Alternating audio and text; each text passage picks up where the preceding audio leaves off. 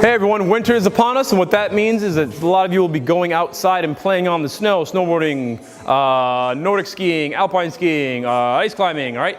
Anything that's going to require you to be using a very stiff and rigid boot, okay? So the good thing about those boots are that they're going to help you apply force into the ground and into your edges, whether you're on any type of ski or snowboard.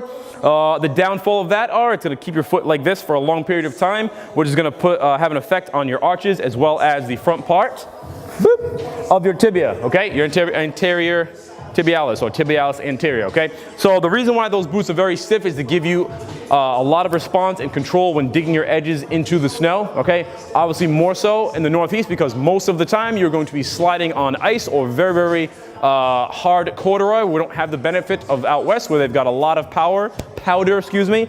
So what tends to happen, I know for me personally, whenever I'd snowboard for a long period of time, the bottom of my foot, my arches would get really, really kind of crampy, all right? Again, that chattering and that vibration, that feedback from the snow would kind of transfer up into my legs. So in order to kind of alleviate that and to make my feet a little bit more looser, in a sense, getting onto something like a peanut here, or you can also do it on a foam roller.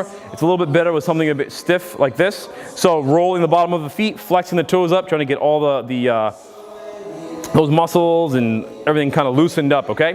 One thing also that's going to be really useful, if you have very tight calves to begin with and you're forced to be in a boot that puts you here or in a Nordic ski, an alpine ski boot, you're going to have a little bit more forward lean to give you a little bit more power onto your heel side edge, onto your edges. If you're on a snowboard, I used to have a lot of forward lean on my back binding, right, to give me a bit more control toe edge to heel edge. So what that's going to yield you is sometimes a good amount of tightness in the front part of your tibia.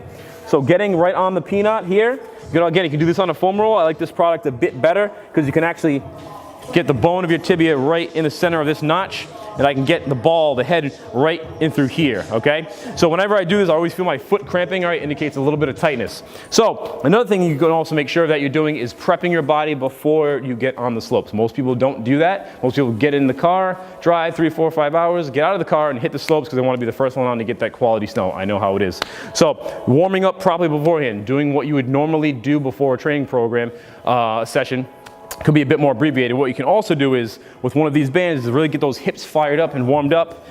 Basic lateral band walks, all right? Basically stepping to the side, staying low. If you don't have a band, you can kind of simulate it, all right? Staying low, just kind of really getting some tension into those legs, get the legs warmed up, okay? So try those couple of things next time you're on the slopes and let me know how it works out. Let me know if you feel better or you feel worse. Hopefully not.